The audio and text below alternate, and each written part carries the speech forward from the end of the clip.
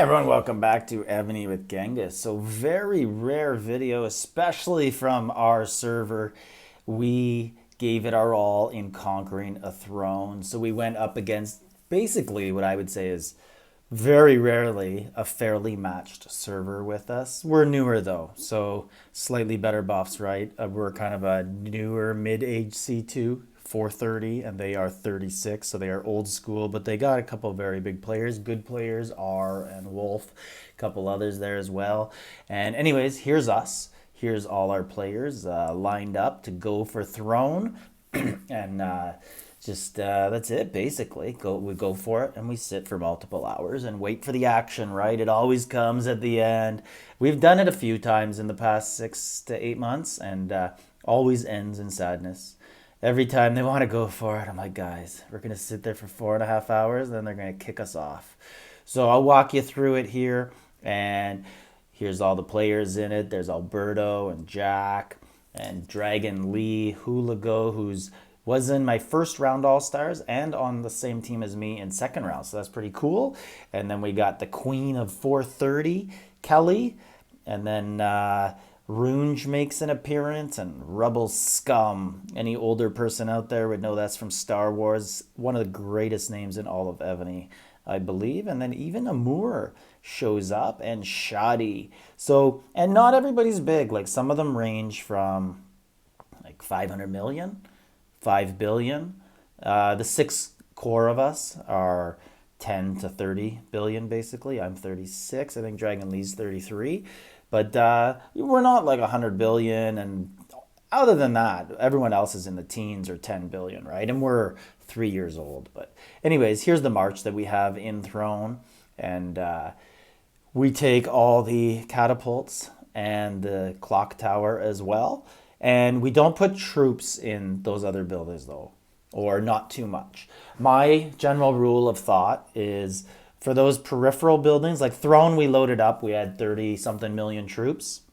But my thought for the catapults and the clock tower and all that is just put enough troops that one of those crappy little alts can't come and reset it. So someone has to risk a real account to beat it. So 300,000 T12, like 150 ground, 100 archer, 50 horse, something like that. Put them in there.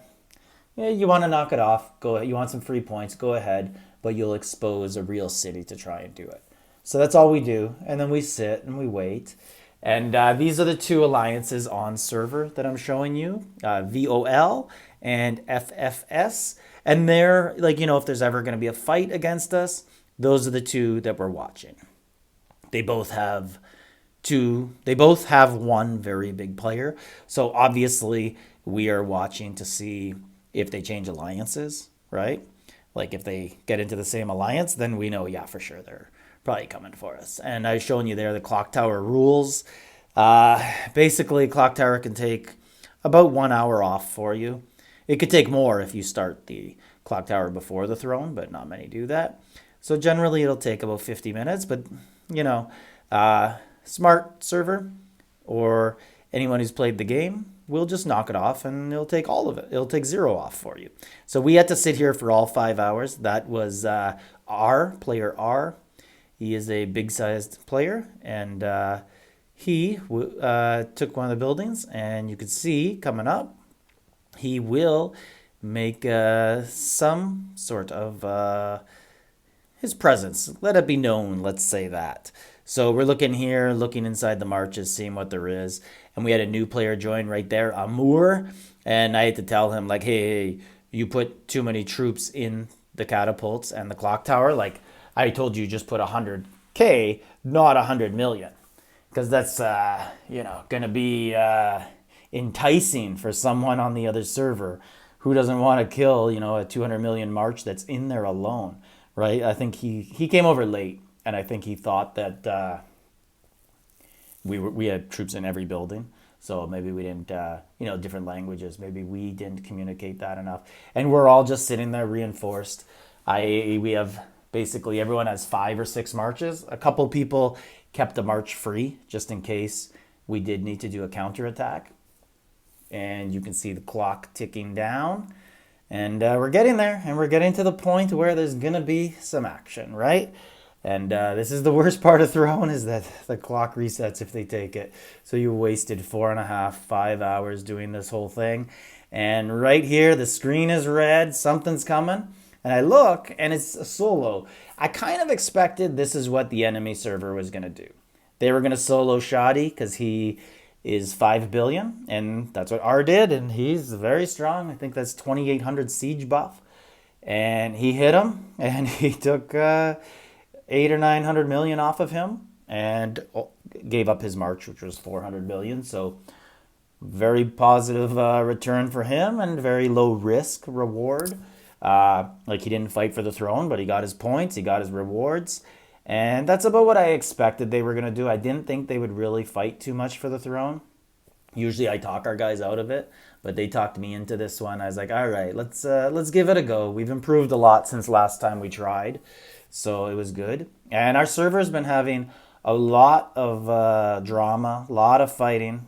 Big apologies to S36, server 36, that they had to put up with all the talk from our server all week in SVS chat, saying certain people are bad guys, etc. But, conquering a throne, this is the sort of thing that unites a server. So seems like everyone on server is happy and congratulating. And this is our third SVS win in a row, despite having a civil war the entire time, which is amazing. The civil war actually kind of started in the middle of the first SVS win. And then it's carried over, and we've won 2 straight. So maybe, this is our first winning streak I've ever seen on here. And it's 3 now. So maybe this is, I'm not saying it's, because of the war we're winning, but I think a factor is that certain people who maybe cause problems don't play anymore because they fear retribution being done against them. We hope that everyone just gets along in server war and puts it all together and plays for the team, and that's kind of what it seems like. So here's what it's like. We actually end up conquering. You see the throne finish, and I'll show you a little bit about the rewards that you get, and I'll make a future video this week about what it's like to be conqueror. I have one from like 2 years ago about what it's like to be king, but I don't think I've ever seen one anywhere about conqueror, and I know I haven't done it because this is my first time.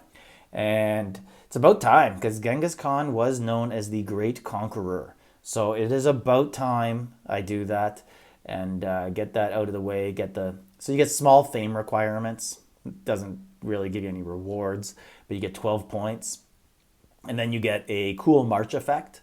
It's kind of been copied since, like the Hun's Invasion, all these other old school chariot type marches kind of look the same. And then you get a pretty unique avatar frame, and that's it. You get a couple other small rewards like 600 tactic scrolls, a couple other little things, but you don't get anything big. Like, look here, I'm going to apply the march, and then first thing I did was like, does this work as any of these permanent effects? Nope, you don't get any sort of permanent 5% buff or anything like that. Nothing special comes. Still waiting for, I only actually have one of these because someone gifted it to me. So thanks to them. That's it. But this is it. This is the new avatar frame. And looking forward to doing the Conqueror video. It's very similar. I played around a little bit with the difference between being king on your own server and king on another. And they are very similar. It's just a little bit more annoying, actually, if you want to give out titles and awards and stuff to another server. But hope you guys enjoyed that. Hope your SVS went well. And like, subscribe, leave a comment.